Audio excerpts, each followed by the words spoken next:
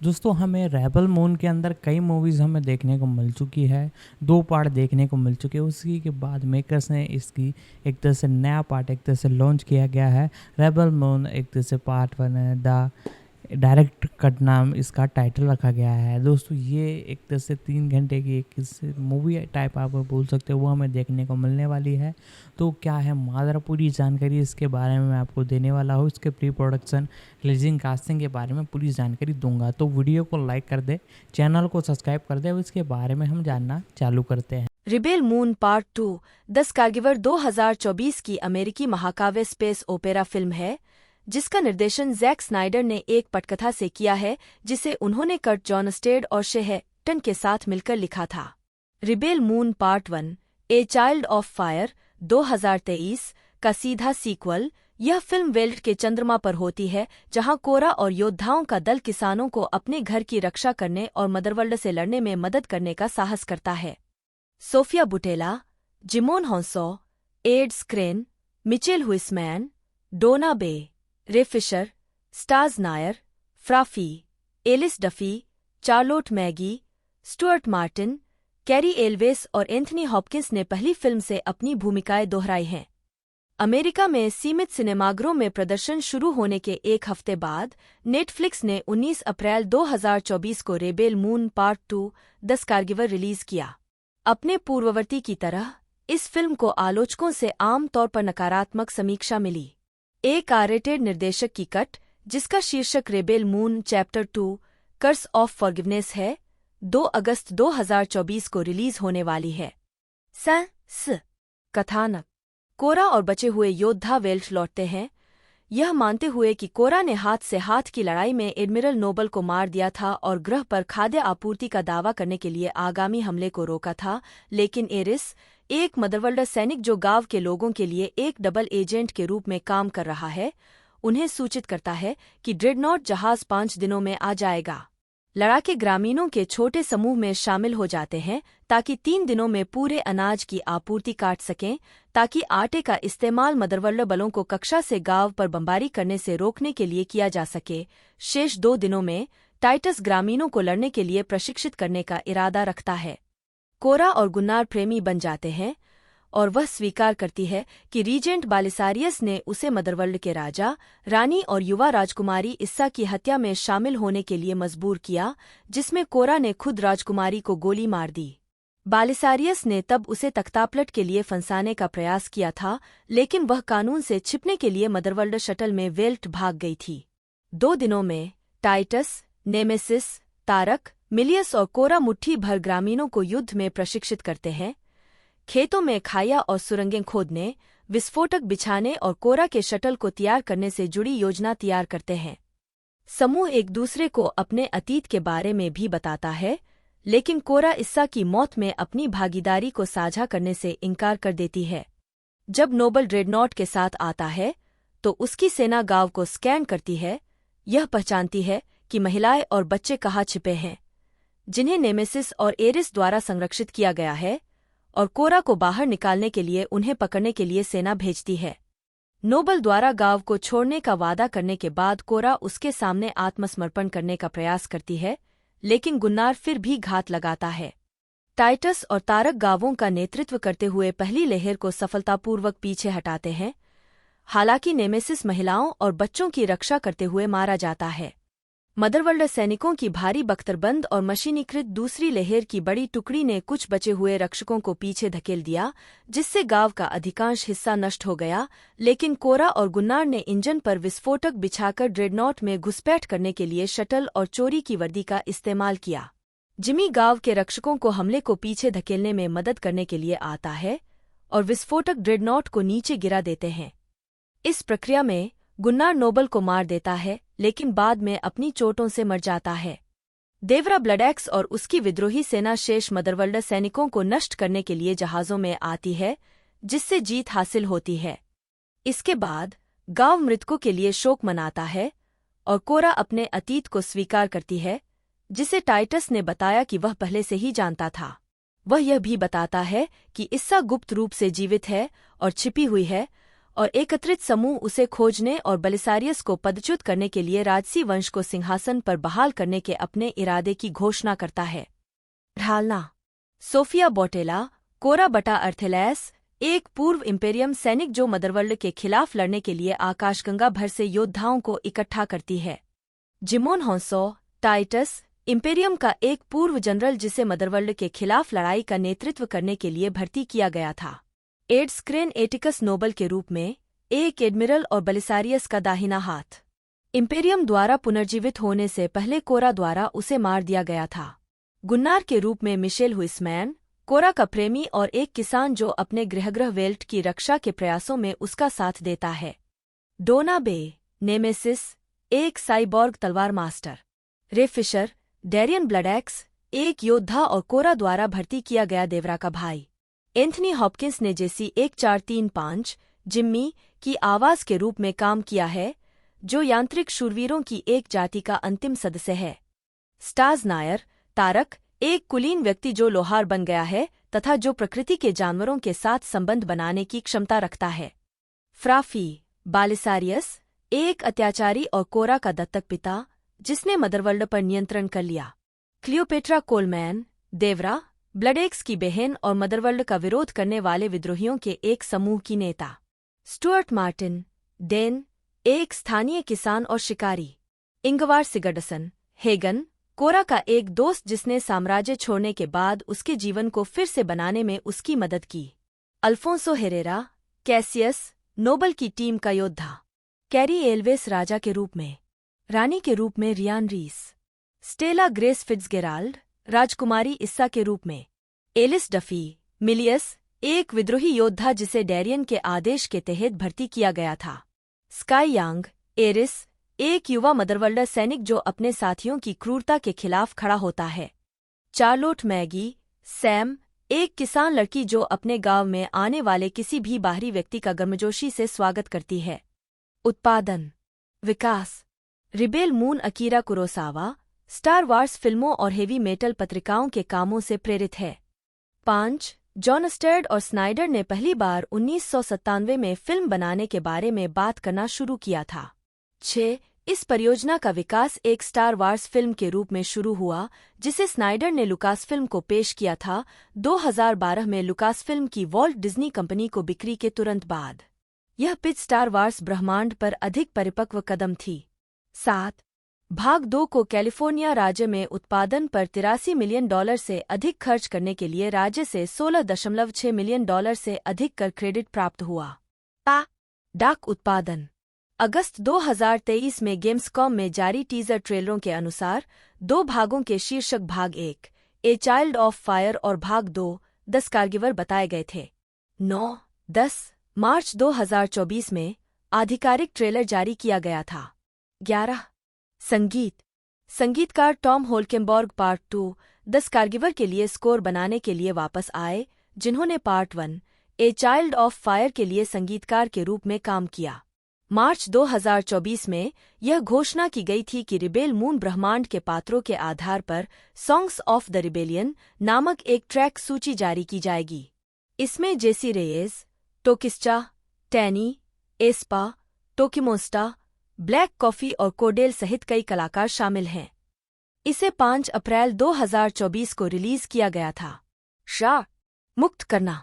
Rebel Moon part 2 the स्कारगिवर को 12 अप्रैल 2024 को एक सप्ताह के लिए संयुक्त राज्य अमेरिका के चुनिंदा सिनेमाघरों में रिलीज किया गया था और 19 अप्रैल 2024 को नेटफ्लिक्स द्वारा रिलीज किया गया था।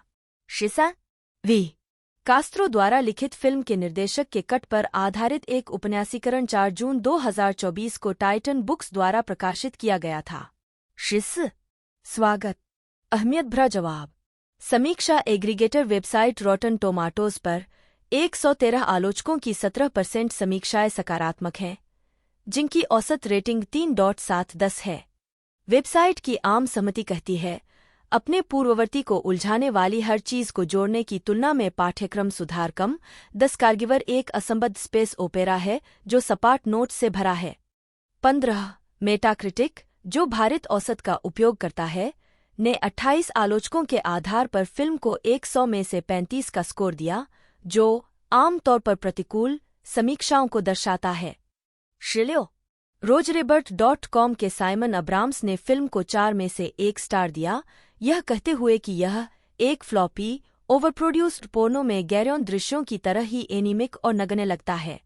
17 सैन फ्रांसिस्को क्रॉनिकल के बॉब स्ट्रॉस ने लिखा कि फिल्म का अधिकांश हिस्सा व्युत्पन्न सुस्त पहली किस्त से उतना बेहतर नहीं है, लेकिन महसूस किया कि अंतिम 45 मिनट के युद्ध के दृश्य उनके समग्र मूल्यांकन को 4 में से 2.5 स्टार तक बढ़ाने के लिए पर्याप्त थे। 18, 19, 20 इंडीवायर के डेविड एयरलिच ने फिल्म को एक भयावह बोर फिल्म कहा। 21 दर्शकों की संख्या।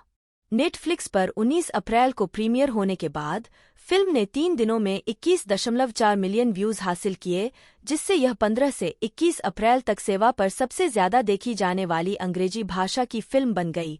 22 यह स्नाइडर के लिए लगातार तीसरा नेटफ्लिक्स नंबर 1 था, जिसकी शुरुआत आर्मी ऑफ द डेड से हुई और रिबेल मून के पहले भाग को जारी रखा। 22 हालांकि इसे 44.2 मिलियन व्यूअरशिप घंटे मिले। 23 जो पहले भाग से उल्लेखनीय गिरावट को दर्शाता है। 24 पहले भाग के पहले 3 दिनों में 54.1 मिलियन व्यूअरशिप घंटे होने की सूचना मिली थी। 24 फिल्म उपलब्धता के अपने पहले पूरे सप्ताह में 18.8 मिलियन व्यूज के साथ पहले स्थान पर रही, जिसे अभी भी अपने पहले सप्ताहांत के बाद पहले स्थान पर अपना दूसरा सप्ताह माना जाता है। उल्लेख करते समय यह पता चला कि 26 उसके एक हफ्ते बाद फिल्म 6 मिलियन व्यूज के साथ तीसरे स्थान पर खिसक गई, क्योंकि फिल्म ने दुनिया भर में कुल 46.2 मिलियन व्यूज भी अर्जित किए।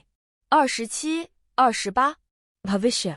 अप्रैल 2024 में सहलेखक कर्ट जॉनस्टेड ने घोषणा की कि हालांकि मूल योजना फिल्मों की एक त्रय के लिए थी, लेकिन अंत फ्रेंचाइज में कुल 6 फिल्में शामिल होंगी, यह बताते हुए कि प्रत्येक मूल किस्त की कहानियों को 2 भागों में विस्तारित किया गया है।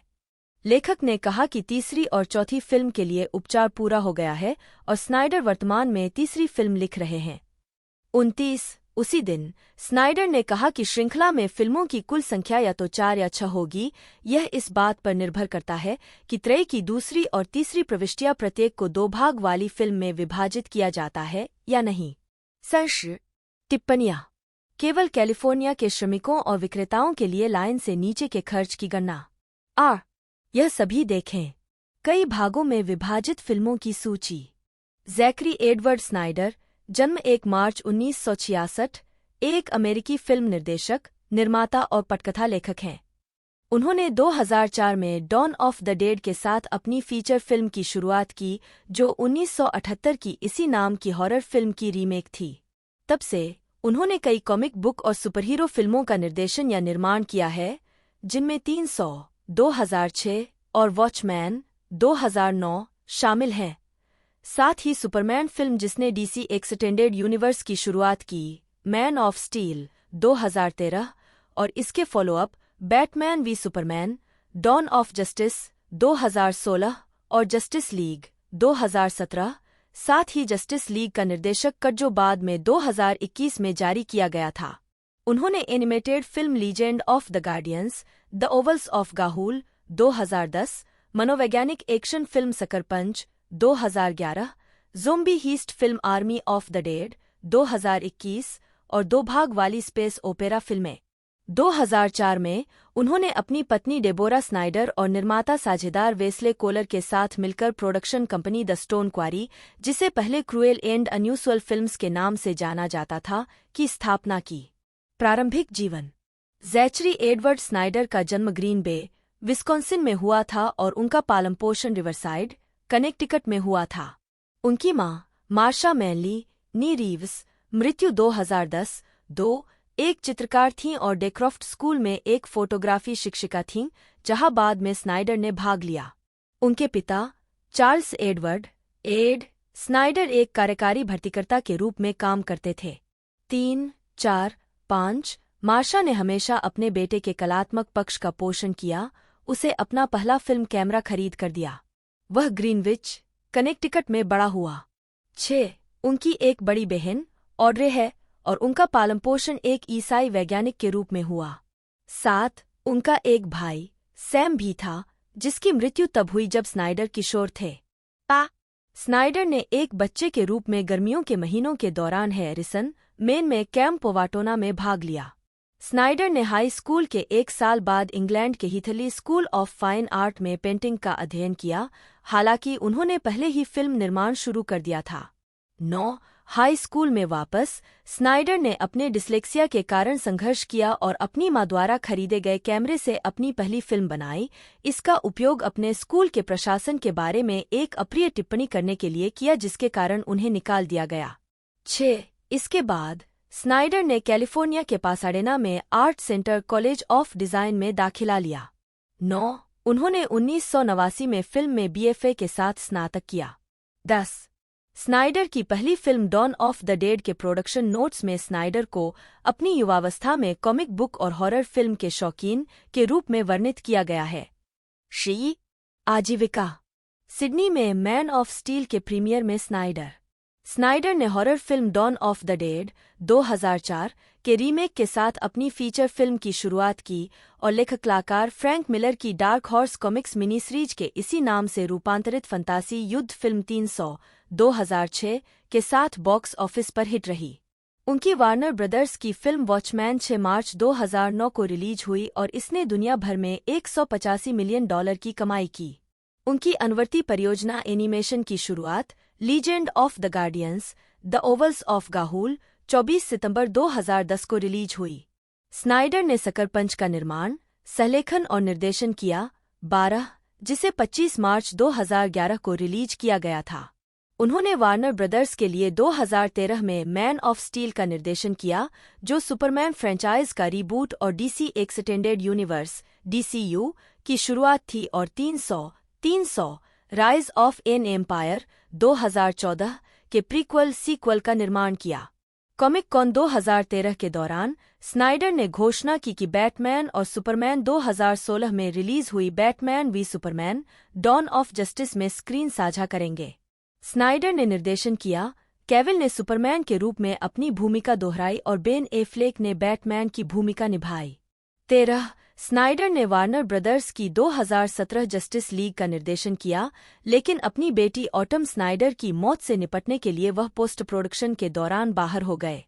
15 उनकी जगह जॉस व्हेडन ने ली।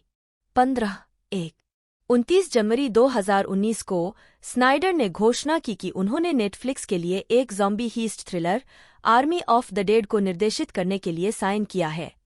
स्नाइडर ने अपने साथी और पत्नी डेबोरा स्नाइडर के साथ अपनी नई rebranded production company the Stone Quarry के माध्यम से फिल्म का निर्देशन और निर्माण किया। 16 नेटफ्लिक्स के साथ उनका समझौता तब से कई army of the dead projects में विस्तारित हो गया है। आर्मी ऑफ थीव्स 2021 में रिलीज होने वाला एक प्रीक्वल और प्लैनेट ऑफ द डेड एक सीक्वल बनाया जाना है। 20 मई 2020 को स्नाइडर ने घोषणा की कि जैक स्नाइडर की जस्टिस लीग को 2021 में स्ट्रीमिंग सेवा HBO मैक्स पर रिलीज किया जाएगा। 18 यह फिल्म 18 मार्च 2021 को रिलीज हुई थी। जुलाई 2021 में स्नाइडर को आधिकारिक तौर पर नेटफ्लिक्स के लिए फिल्म रिबेल मून विकसित करने की घोषणा की गई थी। यह स्टार वार्स और अकीरा कुरोसावा की फिल्मों से प्रेरित थी। 19 फिल्मांकन अप्रैल 2022 में शुरू हुआ और उस वर्ष नवंबर तक चला। इस परियोजना को 2 भाग की फिल्म के रूप में विकसित किया गया। 20-21 भविष्य और संभावित परियोजनाएं। स्नाइडर नेटफ्लिक्स के लिए नॉर्स पौराणिक कथाओं से प्रेरित एक एनीमे शैली की web series Twilight of the gods का निर्माण करेंगे। 22 स्नाइडर किंग आर्थर पर एक फिल्म भी विकसित कर रहे हैं, जिसके बारे में उन्होंने कहा कि यह एक वफादार रिटेलिंग होगी। 23 यह अमेरिकी गोल्ड रश युग के दौरान सेट की जाएगी। 24 रिबेल मून के बाद Snyder army of the dead की अगली कड़ी प्लेनेट ऑफ द डेड का निर्देशन करने के लिए वापस आएंगे। 25 उन्होंने नेटफ्लिक्स के साथ फर्स्ट लुक डील भी साइन की। 26 स्नाइडर 2011 से 2 युद्ध फोटोग्राफरों के बारे में एक फिल्म हॉर्स लैटिट्यूड्स विकसित कर रहे हैं, हालांकि नेटफ्लिक्स में काम करने के दौरान यह परियोजना रुकी हुई है। 27 2022 में स्नाइडर ने adult swim cartoon series Rick and Morty के एक विज्ञान कथा फिल्म रूपांतरण को निर्देशित करने में रुचि व्यक्त की, यह महसूस करते हुए कि इस तरह की फिल्म सबसे करीबी परियोजना होगी जिसे वह कॉमेडी फिल्म बनाने के लिए संभाल सकते हैं। 28 नवंबर 2023 में द हॉलीवुड रिपोर्टर के साथ एक साक्षात्कार में स्नाइडर ने कहा कि हालांकि अब उन्हें एक्वामैन और लॉस्ट किंगडम के साथ डीसीयू निरंतरता के समापन के मद्देनजर सुपरहीरो कॉमिक बुक रूपांतरणों से निपटने में कोई दिलचस्पी नहीं है, लेकिन वह केवल डीसी यूनिवर्स के लिए लौटने पर विचार करेंगे यदि जेम्स गन उन्हें मिलर की the dark night returns comic book के एक वफादार अनुकूलन को निर्देशित करने के लिए वापस आमंत्रित करते हैं। फिल्म निर्माण शैली स्नाइडर अक्सर अपनी फिल्मों में लड़ाई के दृश्यों में धीमी गति, विशेष रूप से स्पीड रैंपिंग की तकनीक का उपयोग करते हैं, जो अन्य निर्देशकों से अलग है जो लड़ाई के दौरान कई कट और क्लोजअप करते हैं। 300 से 1 मिनट का शॉट राजा लियोनिदास को अपने दुश्मनों का वध करते हुए दिखाता है। कैमरा लियोनिदास द्वारा की गई प्रत्येक हत्या और चाल पर जोर देने के लिए जूम इन और आउट होता है। 29 स्नाइडर ने कहा, ऐसी अन्य सुपरहीरो फिल्में भी हैं जहां वे मजाक करते हैं कि मूल रूप से किसी को चोट नहीं पहुंचती। हम ऐसा नहीं करते। वह संदेश क्या है कि यह ठीक है कि किसी के लिए शून्य परिणाम के साथ इतना बड़ा विनाश हो रहा है। वॉचमैन भी कई मायनों में इसी बारे में था। एक दृश्य था, वह दृश्य जहां डैन और लॉरी को लूटा जाता है। वे अपराधियों की पिटाई करते हैं। ए पहले आदमी की तरह था। ए दिखाना चाहता था कि उसका हाथ टूट गया है। एक कंपाउंड फ्रैक्चर चाहता हूं। मैं नहीं चाहता कि यह साफ हो। मैं चाहता हूं कि आप कहें, हे भगवान, मुझे लगता है कि आप सही हैं। अगर आप किसी गली में किसी आदमी की पिटाई करते हैं तो वह सिर्फ जमीन पर पड़ा नहीं रहेगा। यह गड़बड़ होने वाला है। सर्श Netflix production Army of the Dead Snyder के लिए एक विशेष प्रोजेक्ट था क्योंकि उन्होंने अपने स्वयं के सिनेमेटोग्राफर के रूप में काम किया था, साथ ही यह उनकी पहली डिजिटल रूप से शूट की गई फिल्म थी। सर्शी स्वागत स्नाइडर को आधुनिक सिनेमा के सबसे ध्रुवीकरण करने वाले निर्देशकों में से एक के रूप में वर्णित किया गया है। 32-33 इंडीवायर के डेविड एयरलिच ने लिखा कि स्नाइडर का अकेला नाम ही हजारों गुस्से वाले ट्वीट लॉन्च करने के लिए पर्याप्त है और उनके काम के बारे में सबसे भावुक लेखन विशेष रूप से इस तरह की वेबसाइटों के टिप्पणी अनुभागों में पाया जाता है। स्नाइडर के आलोचक वास्तव में उनसे नफरत करते हैं और स्नाइडर के प्रशंसक वास्तव में उनके आलोचकों से नफरत करते हैं। क्या स्नाइडर एक मास्टर है या है एक गलत समझा गया मिथक निर्माता या मूवी कैमरा वाला एक मूर्ख? 32 फिल्म समीक्षक आर्मंड व्हाइट ने स्नाइडर को 2010 के 4 सर्वश्रेष्ठ फिल्म निर्माताओं में से एक के रूप में सूचीबद्ध किया। 34 निर्देशक जेम्स कैमरून ने स्नाइडर की प्रशंसा की, उन्हें उन फिल्म निर्माताओं में से एक के रूप में सूचीबद्ध किया जिन्होंने अपनी खुद की सिनेमाई भाषा बनाई। 35 व्यक्तिगत जीवन 2009 में स्नाइडर ने एक्सकैलिबर, मैड मैक्स 2, ए क्लॉकवर्क ऑरेंज, ब्लू वेलवेट और रोबोकॉप को अपनी 5 पसंदीदा फिल्मों के रूप में सूचीबद्ध किया। 36 परिवार स्नाइडर अपनी दूसरी पत्नी निर्माता डेबोरा जॉनसन के साथ कैलिफोर्निया के पासाडेना में रहते हैं। यह जोड़ा पहली बार 1996 में मिला, 2002 में डेटिंग शुरू की और 25 सितंबर 2004 को मैनहट्टन, न्यूयॉर्क के सेंट बार्थोलोम्यू के एपिस्कोपल चर्च में शादी कर ली। 38-39 उनकी पहली शादी डेनिस वेबर से हुई थी। स्नाइडर के 8 बच्चे हैं। वेबर के साथ 2 जैविक बच्चे और 2 दत्तक बेटियां, कर्स्टन एलिन के साथ रिश्ते से 2 जैविक बेटे और जॉनसन के साथ 2 दत्तक बच्चे। 7 अपनी बेटी ऑटम की आत्महत्या ने स्नाइडर को मई 2017 में जस्टिस लीग के पोस्ट प्रोडक्शन के काम से हटने के लिए प्रेरित किया ताकि वे अपने परिवार के साथ रह सकें, जिसके परिणामस्वरूप जॉस वहेडन ने उनकी जगह फिल्म पूरी की।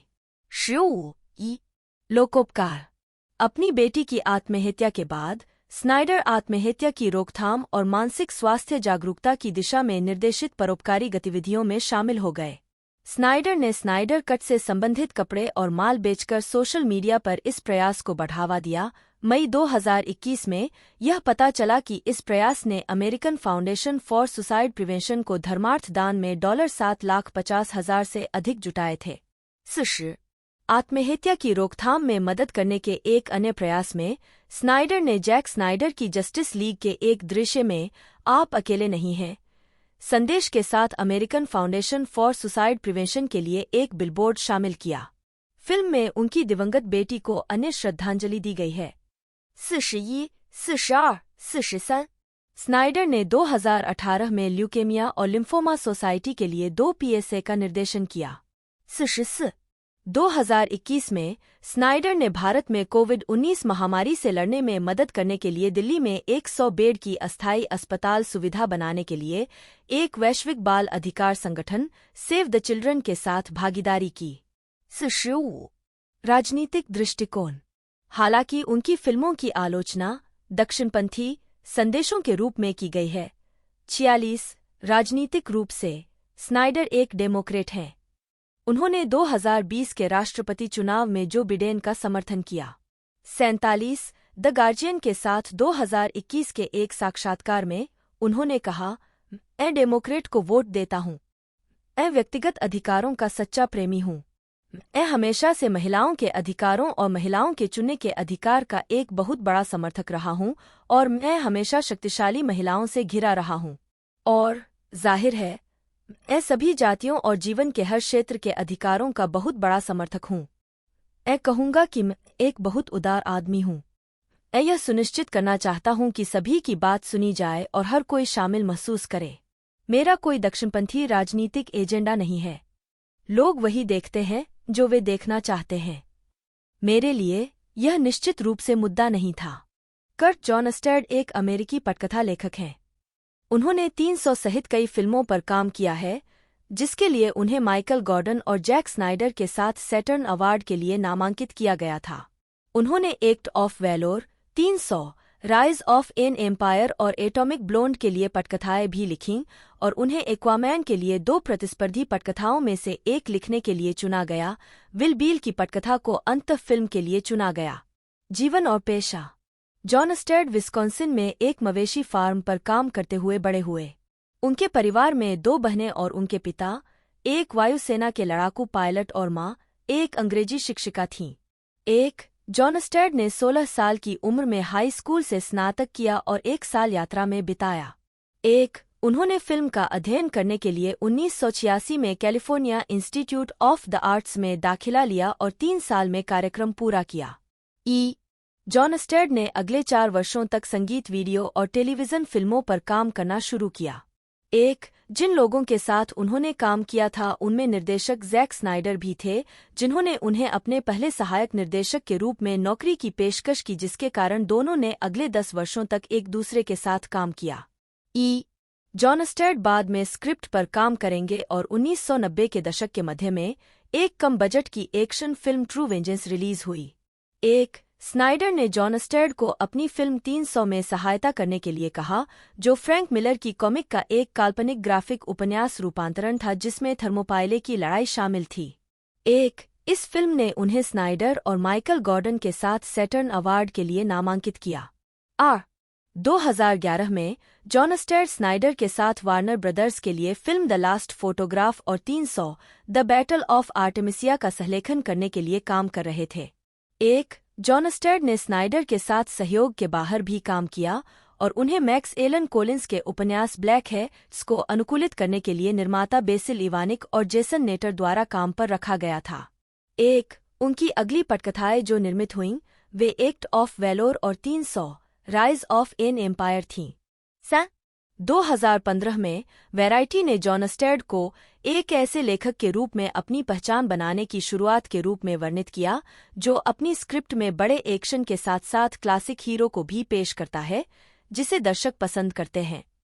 3 जॉनस्टन की द कोल्डेस्ट सिटी पर आधारित उनकी पटकथा की घोषणा उसी वर्ष की गई थी। 4 फिल्म का नाम एटॉमिक ब्लोंड था और इसे 28 जुलाई 2017 को रिलीज किया गया था। जॉनस्टेड को जिन फिल्मों के लिए पटकथा लिखने का काम सौंपा गया है, उनमें वार्नर ब्रदर्स और डैन लिन के लिए द लॉस्ट लीजन और एक्वामैन शामिल हैं, जहां विल बील द्वारा एक और स्क्रिप्ट समवर्ती रूप से विकास में थी। 6 बील की स्क्रिप्ट का बाद में फिल्म के लिए इस्तेमाल किया गया। शेहटन, जन्म मार्च 1993/1994, एक अमेरिकी पटकथा लेखक और निर्माता हैं। उन्हें John Wick, chapter 3, Parabellum, 2019, Army of the Dead, Army of Thieves, दोनों 2021, John Wick, chapter 4, Rebel Moon, दोनों 2023, और Rebel Moon, part 2, the Scargiver, 2024 में उनके काम के लिए जाना जाता है। प्रारंभिक जीवन। टन का जन्म ओकलैंड, कैलिफोर्निया में हुआ था। उन्होंने 2012 में मॉस्को हाई स्कूल और 2016 में लोयोला मैरीमाउंट यूनिवर्सिटी के school of film and television से स्नातक किया। आजीविका। स्नातक करने के बाद टन ने टीम डाउनी में एक प्रशिक्षु और फिर लेखन सहायक के रूप में अपना करियर शुरू किया। वहां रहते हुए उन्होंने मैक्सिमम किंग शीर्षक से अपनी पहली स्पेक स्क्रिप्ट लिखी, जो स्टीफन किंग पर केंद्रित है, जो उनकी एकमात्र निर्देशित फीचर फिल्म मैक्सिमम ओवरड्राइव के निर्माण के दौरान थी। बाद में स्क्रिप्ट को 2016 की ब्लैक लिस्ट में वोट दिया गया था। उन्होंने बैलेरिना नामक स्पेक पर एक और स्क्रिप्ट लिखी, जिसे 2017 में लायंसगेट ने जॉन विक की production company thunder road films द्वारा निर्मित करने के लिए खरीद लिया। 3-4 टन ने बैलेरिना के स्वर को श्रेय दिया, जिसके कारण उन्हें जॉन विक, अध्याय 3, पैराबेलम लेखन टीम और बाद में जॉन विक, अध्याय 4 में लाया गया। 5 टन ने कई स्क्रिप्ट भी लिखीं, जिन्हें जैक स्नाइडर 2021 की नेटफ्लिक्स फिल्मों आर्मी ऑफ द डेड और इसके प्रीक्वल आर्मी ऑफ थीव्स से शुरू करेंगे। 6 इसके बाद 2 भाग का महाकाव्य space opera Rebel Moon, part 1, a child of fire, और इसका अनुवर्ती Rebel Moon, part 2, the Scargiver. 6 television के लिए उन्होंने फ्यूचर कल्ट क्लासिक, एक व्यंग्यात्मक टेलीविजन सीरीज 9 और I know what you did last summer के लिए पायलट एपिसोड लिखे, जिसके लिए उन्हें कार्यकारी निर्माता का श्रेय भी मिला। फिल्मोग्राफी। पतली परत। वर्ष शीर्षक निदेशक 2019 John Wick, chapter 3, Parabellum Charles Telsky. 2021 मृतकों की सेना जैक स्नाइडर, चोरों की सेना मथायस श्वेघोफर। 2022 दिन की shift JJ Perry. 2023 John Wick, chapter 4, 11, Charles Telsky. विद्रोही चंद्रमा भाग 1, आग का बच्चा, 12, जैक स्नाइडर। अर्लियर्स विद्रोही चंद्रमा भाग 2, स्कारगिवर, शिसा।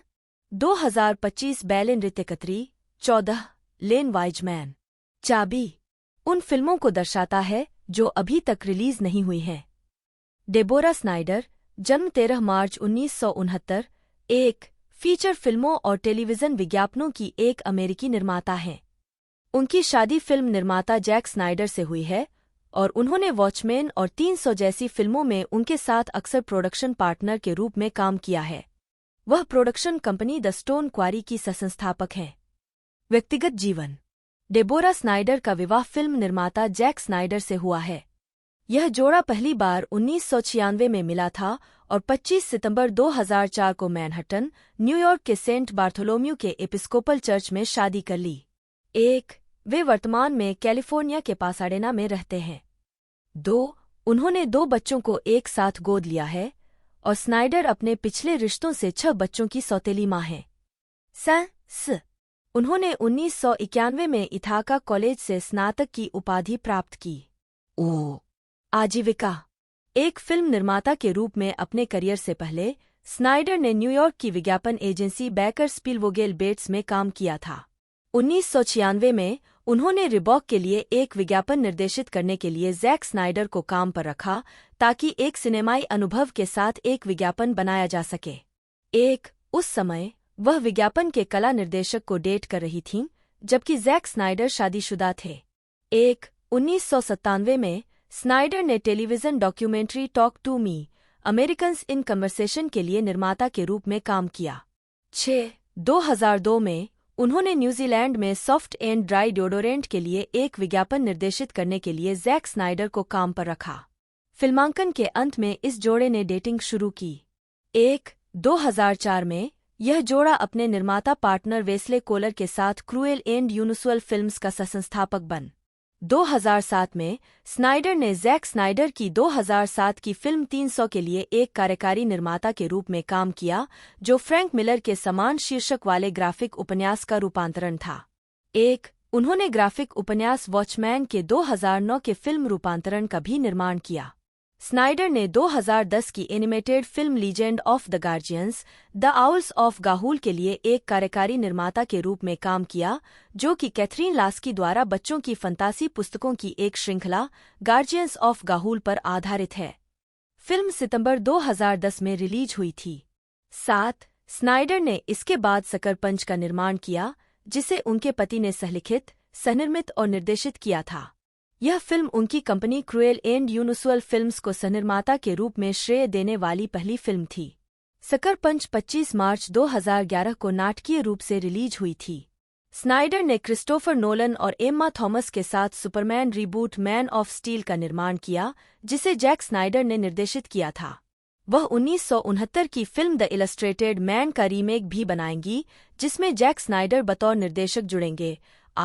वह हॉर्स लैटिट्यूड्स का भी निर्माण करेंगी, जिसे पहले द लास्ट फोटोग्राफ और द फाउंटेनहेड के नाम से जाना जाता था, जो एक ऐसी तस्वीर के बारे में फिल्म है जो दो पुरुषों को दक्षिण अमेरिका की यात्रा करने के लिए प्रेरित करती है और एन रैंड के उपन्यास का रूपांतरण है। 29 जनवरी 2019 को जैक स्नाइडर ने घोषणा की कि उन्होंने नेटफ्लिक्स के लिए एक zombie horror thriller army of the dead को निर्देशित करने के लिए साइन किया है।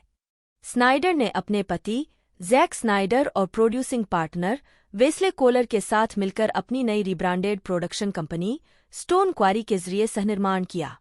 एरिक न्यूमैन एक अमेरिकी फिल्म और टेलीविजन निर्माता और लेखक हैं और ग्रैंड इलेक्ट्रिक के संस्थापक हैं, जो एले आधारित प्रोडक्शन कंपनी है जो नेटफ्लिक्स के साथ टीवी और फिल्म दोनों में समग्र सौदे करती है। वह नार्कोस, मैक्सिको, ट्रू स्टोरी और आगामी ज़ीरो डे के शोनर हैं। जीवनी 31 दिसंबर 1970 को जन्मे और लॉस एंजल्स में पले बढ़े Newman Curtis school, Harvard Boys school, अब हार्वर्ड वेस्टलेक स्कूल और यूनिवर्सिटी ऑफ सदर्न कैलिफोर्निया के स्कूल ऑफ सिनेमा टेलीविजन, जिसे अब USC school of cinematic arts के नाम से जाना जाता है, से स्नातक हैं।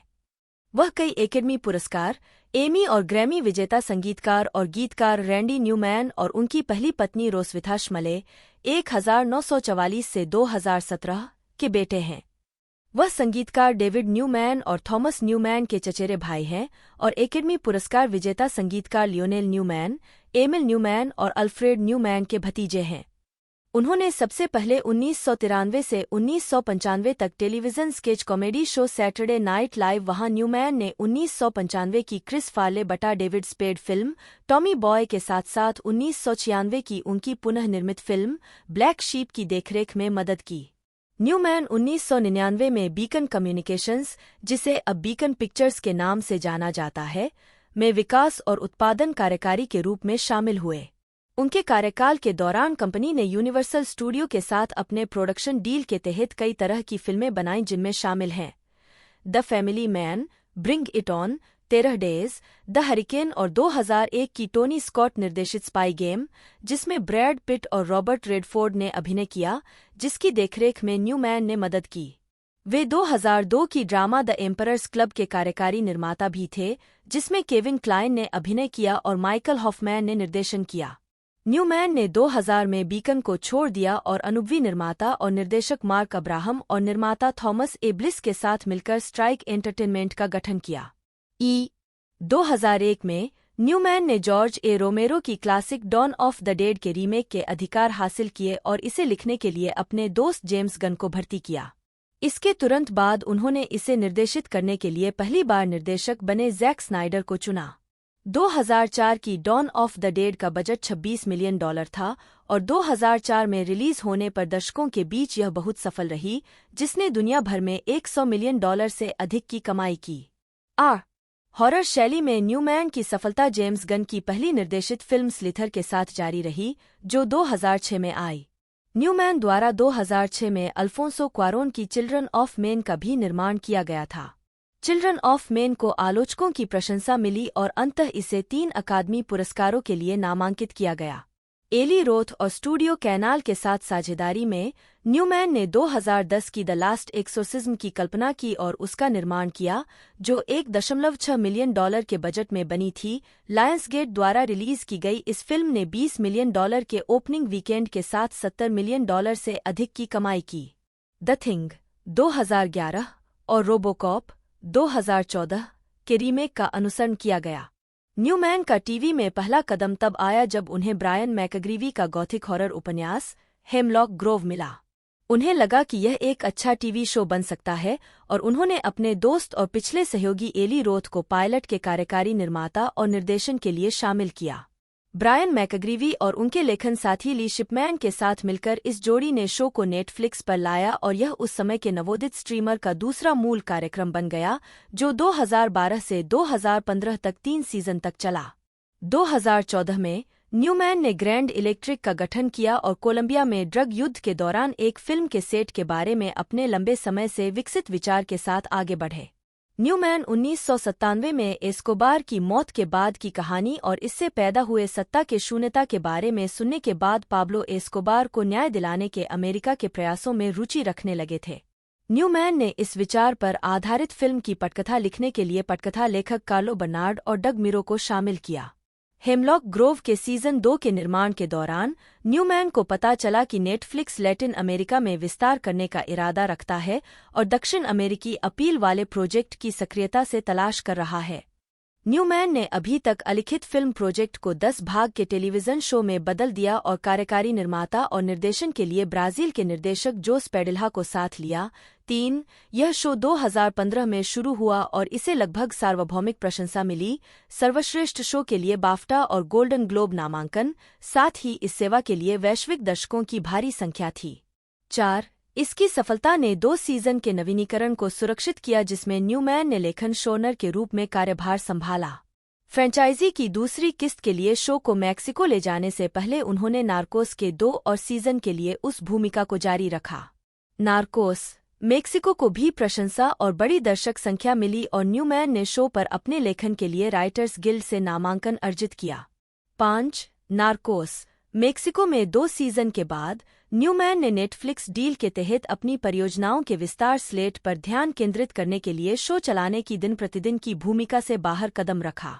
6 न्यूमैन ने नेटफ्लिक्स के लिए विल स्मिथ बटा Joel Edgerton starrer Bright 2017, Jamie Foxx बटा Joseph Gordon Levitt action project Power 2020, Chris Hemsworth बटा Miles Teller science fi feature Spiderhead 2022, 7 और ओपियोइड महामारी सीमित श्रृंखला पेनकिलर 2023, 8 का निर्देशन पीटर बर्ग ने किया। न्यूमैन ने केविन हार्ट बटा Wesley Snipes series True Story 2021, 9 भी बनाई और कुख्यात कोकीन तस्कर ग्रिसेल्डा ब्लैंको के जीवन पर आधारित सोफिया वेरगारा मिनी सीरीज ग्रिसेल्डा का सनिर्माण किया। 10 न्यूमैन ने रिबेल मून 2023 बटा 2024 का भी निर्माण किया, जो जैक स्नाइडर द्वारा निर्देशित 2 भाग की स्पेस ओपेरा फिल्म है। 2023 में नेटफ्लिक्स ने घोषणा की कि न्यूमैन ज़ीरो डे का सनिर्माण और कार्यकारी निर्माण करेंगे, जो एक राजनीतिक थ्रिलर मिनी सीरीज है जिसमें रॉबर्ट डी नीरो अपनी पहली प्रमुख टेलीविजन भूमिका में एंजेला बैसेट, लिजी कैप्लन, जेसी प्लेमंस और कोनी ब्रिटन के साथ दिखाई देंगे। 12 न्यूमैन अमेरिकन प्राइमवल का कार्यकारी निर्माण भी करेंगे, जो पीटर बर्ग द्वारा निर्देशित और टेलर किट्सच और बेट्टी गिल्पिन अभिनीत एक आगामी पश्चिमी सीमित श्रृंखला है। 6 न्यूमैन अपनी पत्नी और 3 बच्चों के साथ लॉस एंजल्स में रहते हैं। सोफिया बोटेला अरबी सुफियन बोअतलती, जन्म 3 अप्रैल 1982, एक अल्जीरियाई अभिनेत्री, नर्तकी और मॉडल हैं। 2, 3, 4, 5, 6 वह Kingsman, the secret service 2014, Star Trek beyond 2016, the mummy 2017, climax 2018, rebel moon 2023 और rebel Moon part 2 the Scargiver 2024 फिल्मों में अपनी भूमिकाओं के लिए जानी जाती हैं। प्रारंभिक जीवन। सोफिया बुटेला का जन्म अल्जीरिया के अल्जियर्स के बाब एल ओएड जिले में हुआ था। 7 उनकी मां एक वास्तुकार और पिता एक जैज संगीतकार, सफ़ी बुटेला थे। 8 उनके भाई सैफ मनोरंजन उद्योग में एक दृश्य प्रभाव कलाकार के रूप में काम करते हैं। 9-10 उनके उपनाम का अर्थ है पहाड़ों के लोग। उनका पालनपोषण एक काफी धर्मनिरपेक्ष घराने में हुआ, जहां कलात्मक अभिव्यक्ति और रचनात्मकता को बढ़ावा दिया जाता था। बुटेला ने अपने बचपन को एक खुशहाल बचपन के रूप में वर्णित करते हुए कहा कि वह एक ऐसे परिवार में पैदा होने के लिए धन्य थीं जिसने मुझे खुद को व्यक्त करने, खुद होने और मेरी कल्पना और मेरे दिल में रहने वाले सभी प्रकार के रंगों को बाहर निकालने की अनुमति दी। अपने परिवार के प्रोत्साहन से बोटेला ने 5 साल की उम्र में शास्त्रीय नृत्य की शिक्षा शुरू की। 1992 में 10 साल की उम्र में वह अल्जीरियाई गृहयुद्ध के बीच अपने परिवार के साथ अल्जीरिया छोड़कर फ्रांस चली गईं। 12 इसके तुरंत बाद उन्होंने लयबद्ध जिम्नास्टिक शुरू किया। 18 साल की उम्र में फ्रांसीसी राष्ट्रीय टीम में शामिल हुईं और फिर बाद में बोस्टन, मैसाचुसेट्स में बर्कली कॉलेज ऑफ म्यूजिक से स्नातक की उपाधि प्राप्त की। 13, 14, 15, 16 नृत्य कैरियर। पेरिस में पली बढ़ी बाउटेला को नृत्य के कई और रूपों, विशेष रूप से हिप हॉप और स्ट्रीट डांस से अवगत कराया गया, जिसने उन्हें बैले और जिम्नास्टिक की अधिक अनुशासित शैलियों की तुलना में अधिक स्वतंत्रता प्रदान करने के लिए प्रेरित किया। 11 वह वेगाबॉन्ड क्रू नामक एक समूह में शामिल हो गई, जिसने 2006 में बैटल ऑफ द ईयर जीता, और चेनेस डेवी और एफ्रोडाइट्स नामक एक स्पिम्प समूह में भाग लिया। उद्धरण आवश्यक, उन्होंने कलात्मक प्रभावों के रूप में फ्रेड एस्टायर, जीन मिशेल बास्कियाट, डैनियल डेलुइस और बॉब फॉसे का हवाला दिया है।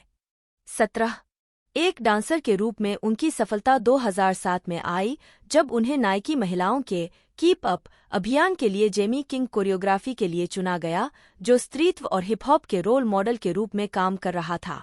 18-11 यह उनके करियर के लिए एक बड़ा बढ़ावा था और मैडोना उनके कन्फेशंस टूर और रिहाना जैसे सितारों के साथ और अधिक काम करने के लिए प्रेरित किया। 15-18 वह अंग्रेजी सीखने में मदद करने के लिए मैडोना के साथ अपने काम का श्रेय देती हैं। 19 बोटेला ने Michael Jackson this is it tour के लिए सफलतापूर्वक ऑडिशन दिया, लेकिन मैडोना टूर के विस्तार के कारण भाग नहीं ले सकीं, जिसकी तिथियां जैक्सन टूर के साथ मेल खाती थीं। 20 वह फरवरी 2011 में माइकल जैक्सन द्वारा हॉलीवुड टुनाइट के संगीत वीडियो में मुख्य किरदार थीं। 21-20 अभिनय कैरियर। सोफिया बोटेला 2017 17 साल की उम्र से ही बोटेला ने मशहूर स्पेनिश कोरियोग्राफर ब्लैंका ली के साथ रिहर्सल करना शुरू कर दिया था। उन्होंने फिल्मों और टेलीविजन शो के साथ साथ विज्ञापनों और कॉन्सर्ट टूर में भी नृत्य करना शुरू कर दिया। 15 उन्होंने ड्रामा फिल्म स्ट्रीट डांस 2012 में मुख्य किरदार ईवा की भूमिका निभाई। 22 जो स्ट्रीट डांस 3D 2010 की अगली कड़ी थी। 2014 में 12 साल तक डांसर के तौर पर काम करने के बाद बोटेला ने अभिनय में अपना करियर बनाने की कोशिश की। शुरुआत में उन्होंने जानबूझकर मुख्य भूमिकाओं के लिए ऑडिशन देने से परहेज किया और अधिक अनुभवी अभिनेताओं से सीखने के लिए सहायक किरदार निभाना चाहती थीं। 2015 में वह अपनी पहली प्रमुख film Kingsman the secret service में दिखाई दीं, जिसने एक अभिनेत्री के रूप में उनके करियर की शुरुआत की। 23 एक साल बाद वह 22 जुलाई 2016 को रिलीज हुई स्टार ट्रेक बियॉन्ड में एलियन योद्धा जेला के रूप में दिखाई दीं। 2017 में उन्होंने डेविड लीच की फिल्म एटॉमिक ब्लोंड में एक फ्रांसीसी गुप्त एजेंट की भूमिका निभाई, जिसमें Charlize Theron, James McAvoy, John Goodman और टोबी जोन्स भी थे। उसी वर्ष उन्होंने टॉम क्रूज, रसेल क्रो और एनाबेले वालिस के साथ द ममी में मुख्य किरदार निभाया। 2018 की शुरुआत में बोटेला की प्रोफाइल बढ़ी और वह अधिक केंद्रीय भूमिकाओं में दिखाई देने लगी। उस वर्ष वह गैस्पर नोए dark psychological horror film climax में दिखाई दीं। HBO ड्रामा फिल्म फ़ारेनहाइट 451 में माइकल बी जॉर्डन और माइकल शैनन के साथ अभिनय किया। 25 और निकट भविष्य की action crime thriller hotel Artemis में जोडी फोस्टर, जेफ गोल्डब्लम और डेव बॉतिस्ता के साथ फ्रांसीसी कॉन्ट्रैक्ट किलर नाइस को चित्रित किया। अक्टूबर 2019 में उन्होंने अमेजन प्राइम के मॉडर्न लव के पहले सीजन के एपिसोड 5 में अभिनय किया। नवंबर 2021 में बाउटेला को नेटफ्लिक्स के लिए जैक स्नाइडर द्वारा निर्देशित science fiction adventure film rebel moon में मुख्य भूमिका के लिए चुना गया था। आर्शल्यो बोटेला ने 2022 में रिलीज होने वाली सास दुष्ट हीरोज में मुख्य भूमिका निभाई। व्यक्तिगत जीवन। बोटेला अभिनेत्री शिरीन बोटेला की चचेरी बहन है। उद्धरण वांछित। यद्यपि वह 10 वर्ष की उम्र से ही अधिकांशतः फ्रांस में ही रही हैं, तथापि बोटेला ने अपनी अल्जीरियाई जड़ों और पहचान से मजबूत संबंध बनाए रखा है। अल्जीरिया एक ऐसा देश है जो मुझे बहुत प्रिय है, क्योंकि मैं यहीं से हूँ, मेरा परिवार यहीं से है, यह मेरा घर है। यह मुझे कभी नहीं छोड़ेगा। मैं बहुत सांसारिक महसूस करता हूँ, लेकिन इतनी कम उम्र में ऐसी जगह छोड़ना पहचान और एक जगह से जुड़े होने की भावना को खोए बिना नहीं आता है। मुझे लगता है कि मुझे यात्रा करने की क्षमता का आशीर्वाद मिला है, क्योंकि मैं कहीं भी जाने से डरता नहीं हूँ, लेकिन मुझे घर की भावना की कमी महसूस होती है, जो मूल रूप से अल्जीरिया था। लेकिन मैं अल्जीरियाई महसूस करता हूँ, मुझे अल्जीरियाई होने पर गर्व है और मैं जहाँ भी जाता हूँ इसे अपने साथ ले जाता हूँ। शी मार्च 2014 से अक्टूबर 2018 तक बोटेला आयरिश अभिनेता रॉबर्ट शीहान के साथ रिश्ते में थीं। जिमोन गैस्टन हॉन्सो बटा DAMNUNSU बटा JYMNONSU 1 फ्रेंच DIM जन्म 24 अप्रैल 1964 2 एक बेनिन में जन्मे अभिनेता हैं। उन्होंने अपने करियर की शुरुआत संगीत वीडियो में की और without you I am nothing 1990 से फिल्मी करियर की शुरुआत की।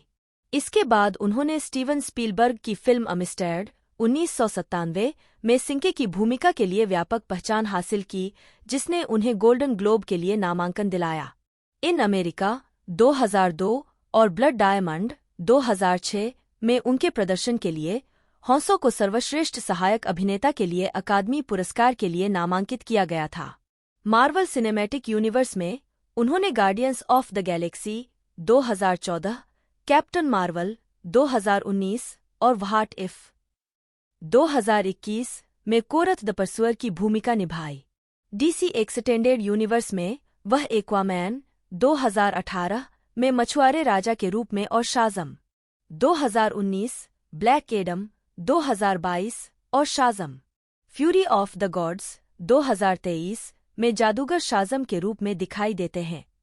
उनकी अन्य उल्लेखनीय फिल्मों में Stargate 1994, Gladiator 2000, Constantine, the Island दोनों 2005, special forces 2011, how to train your dragon 2 2014, Furious 7 2015, the legend of Tarzan 2016, a quiet place part 2 2021, Gran Turismo, Rebel Moon part 1, a child of fire दोनों 2023, Rebel Moon part 2, the Scargiver और a quiet Place de 1 दोनों 2024 शामिल हैं। हॉन्सो ने अपने निर्देशन की शुरुआत documentary film in search of voodoo roots to heaven 2018 से की। प्रारंभिक जीवन। हॉन्सो का जन्म बेनिन के कोटोनो में अल्बर्टिन और पियरे हॉन्सो के घर हुआ था।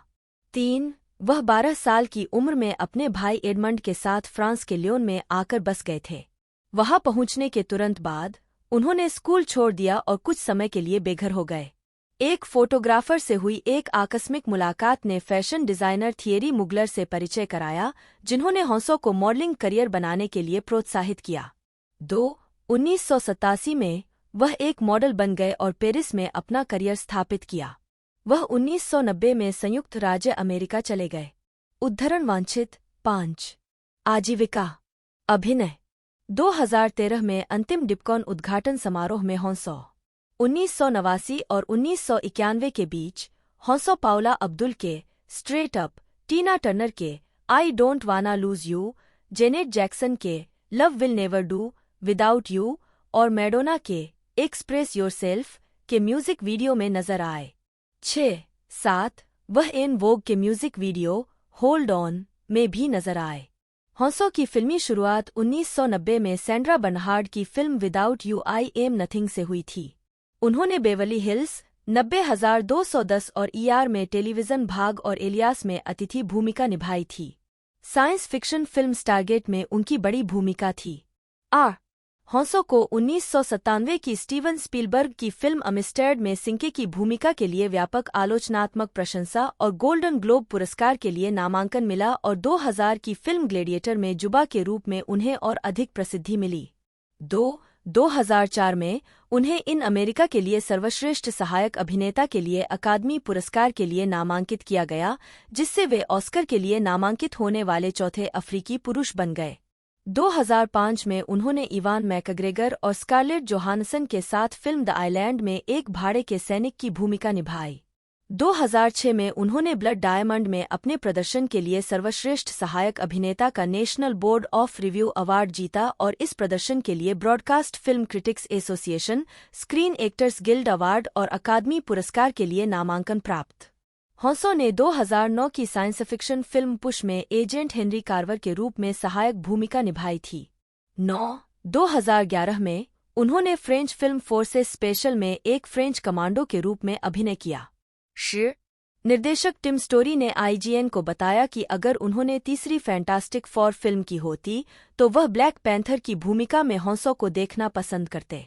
11 नवंबर 2008 में यह घोषणा की गई थी कि हॉन्सो इसी नाम की टेलीविजन श्रृंखला में ब्लैक पैंथर की आवाज प्रदान करेंगे। 12 उन्होंने बेंजामिन वॉकर और ब्रैडली कूपर के साथ जॉन मिल्टन की पैराडाइज लॉस्ट के फिल्म संस्करण में एब्दील की भूमिका निभाने के लिए हस्ताक्षर किए थे, लेकिन फरवरी 2012 की शुरुआत में फिल्म को रद्द कर दिया गया था। 2013 में वह पाउला पैटन के साथ कॉमेडी फिल्म बैगेज क्लेम में दिखाई दिए।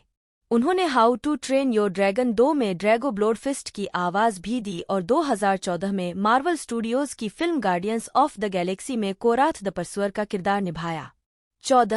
15 उन्होंने 2015 की 2 फिल्मों में खलनायक की भूमिका निभाई, सेवेंथ सन और फ्यूरियस 7, जो the Fast and the Furious franchise की 7वीं किस्त थी। फरवरी 2016 में यह बताया गया कि हॉन्सो टेलीविजन सीरीज वेवार्ड पाइंस के दूसरे सीजन में शामिल होंगे।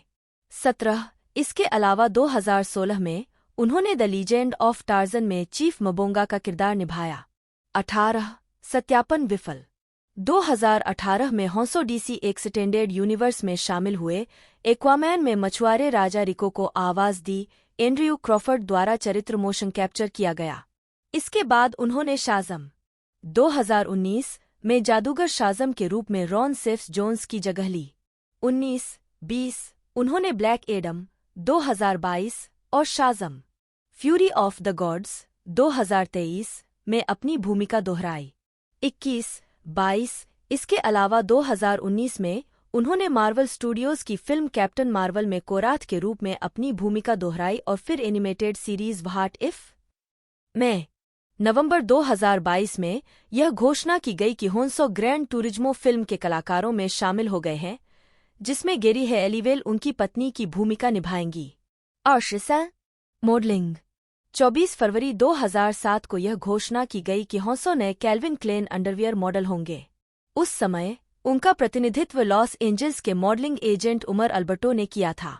24-25 अन्य काम 2010 में हॉन्सो को 2010 फीफा विश्व कप के लिए ESPN की 32 टीमें एक ड्रीम विज्ञापनों की श्रृंखला में कथावाचक के रूप में दिखाया गया था। उन्होंने 22 सितंबर 2009 को संयुक्त राष्ट्र में जलवायु परिवर्तन पर शिखर सम्मेलन में बात की। 1 दिसंबर 2009 को उन्होंने फ्रांसीसी मीडिया को बताया कि विकसित देशों को जलवायु परिवर्तन में उनके योगदान के लिए जवाबदेह ठहराया जाना चाहिए। 27 एडवर्ड जॉर्ज स्क्रेन बटा SKRAN बटा 1 जन्म 29 मार्च 1983 एक अंग्रेजी अभिनेता, फिल्म निर्माता और रैपर हैं। उन्हें सुपरहीरो कॉमेडी फिल्म डेडपूल 2016 में खलनायक फ्रांसिस फ्रीमैन बटा अजाक्स के रूप में पहचान मिली। उन्होंने the transporter, refuelled 2015, Elita, battle angel 2019, Midway 2019, rebel Moon part 1, a child of fire 2023 और rebel Moon part 2, the Scargiver 2024 फिल्मों में भी अभिनय किया।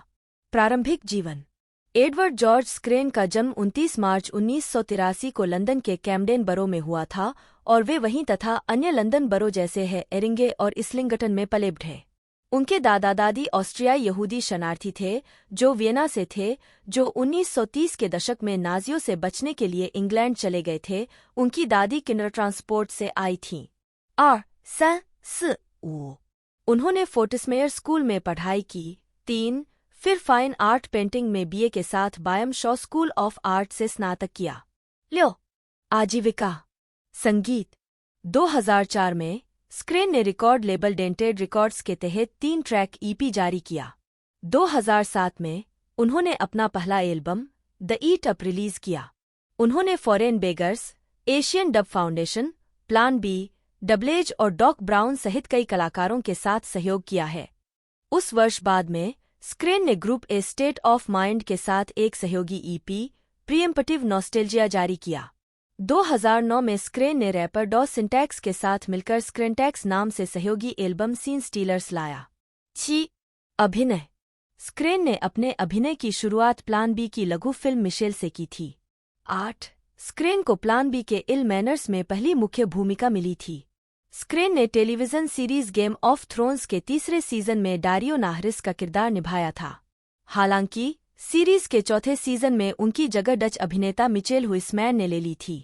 स्क्रेन का कहना है कि शो छोड़ना उनका फैसला नहीं था। 9 2014 में स्क्रेन को द ट्रांसपोर्टर रिफ्यूल्ड में जेसन स्टैथम की जगह मुख्य भूमिका में लिया गया था। हालांकि फिल्म को समीक्षकों द्वारा खराब बताया गया था, लेकिन उनके प्रदर्शन की प्रशंसा की गई थी। 10, 11, 12, 13 2016 में स्क्रेन ने ब्लॉकबस्टर एक्शन फिल्म डेडपूल में मुख्य खलनायक अजाक्स की भूमिका निभाई। 14, 15 2017 2018 में स्क्रेन ने नताली डॉर्मर और स्टेसी मार्टिन के साथ मनोवैज्ञानिक बदला थ्रिलर इन डार्कनेस में अभिनय किया। प्रमुख फोटोग्राफी 2016 की शुरुआत में शुरू हुई। 17 उन्हें हेलबॉय रीबूट में बेन डेमियो।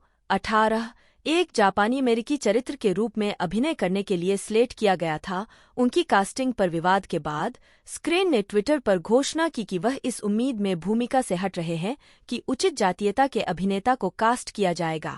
19, 20, 21 8 नवंबर 2019 को उन्होंने रोलैंड एमेरिज की ब्लॉकबस्टर फिल्म मिडवे में अभिनय किया, जिसमें Mandy Moore, Patrick Wilson, Luke Evans, Aaron Eckhart, Nick Jonas, Dennis Quaid और वुडी हेरेल्सन भी थे। 22, 23, 24, 25, 26, 27 2022 में स्क्रेन ने I used to be famous में विंस के रूप में अभिनय किया। 28, 29 द गार्जियन के लिए लिखते हुए लेस्ली फेल्पेरिन ने फिल्म को 3/5 स्टार दिए। इससे मीठा स्वभाव वाला लेकिन पूर्वानुमानित कॉमेडी ड्रामा कहा। 30 2023 में वह rebel Moon part 1 a child of fire में सैडिस्टिक एडमिरल एटिकस नोबल की भूमिका निभाते हैं। लेखन और निर्देशन स्क्रेन ने लघु drama film little river run 2020 लिखी और निर्देशित की, जिसे उनके इंस्टाग्राम पेज के माध्यम से रिलीज किया गया। 21 व्यक्तिगत जीवन स्क्रेन का एक बेटा है जो 2011 में अमेरिका में पैदा हुआ था। उन्होंने मां की पहचान का खुलासा नहीं किया है। उनके 3 बच्चे हैं, जैसा कि उनकी फिल्म रेबेल मून के प्रचार के लिए एक साक्षात्कार में बताया गया था। स्क्रेन 12 साल की उम्र से ग्रीनविच लीजर लिमिटेड के लिए तैराकी कोच रहे हैं। कैलेडोनियन रोड और आर्चवे में अवकाश केंद्रों पर काम करते हैं। दोस्तों ये जो मूवी है लगभग इसी सप्ताह में देखने को मिल जाएगी। ऑफिशियल रिलीजिंग डेट वैसे तो कल या परसों है, लेकिन फिर भी डिले हो सकती है। बाकी आप और अपडेट जानने के लिए हमारे चैनल को सब्सक्राइब कर ले, मैं आपके लिए पोस्ट भी अपलोड करा दूंगा चैनल पर। साथ ही साथ इसके बारे में पूरी जानकारी मैंने आपको बता दी है। बाकी इसका टीज़र ट्रेलर भी एक तरह से आउट किया गया था नेटफ्लिक्स के ऑफिशियल यूट्यूब चैनल पर, आप उसे भी देख सकते हो। तो यदि आपको वीडियो अच्छी लगे तो वीडियो को जरूर से लाइक कर चैनल को सब्सक्राइब कर बेल आइकन दबाकर इसे ऑल पर सेट कर दीजिएगा। आज की इस वीडियो में दोस्तों इतना ही, मिलते हैं अगले वीडियो में।